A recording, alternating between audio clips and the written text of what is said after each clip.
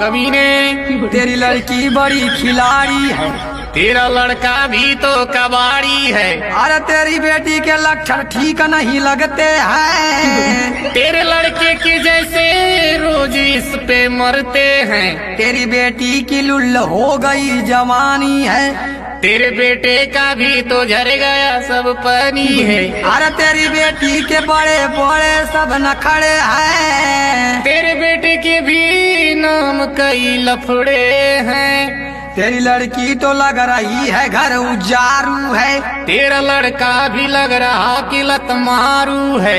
तेरी लड़की तो देखने में लगती फूहर है। तेरे लड़के का बाल देखने में बड़ा भूमर है। तेरी लड़की की आंख में बड़ी रुसवाई है। तेरा लड़का तो मुझे लग रहा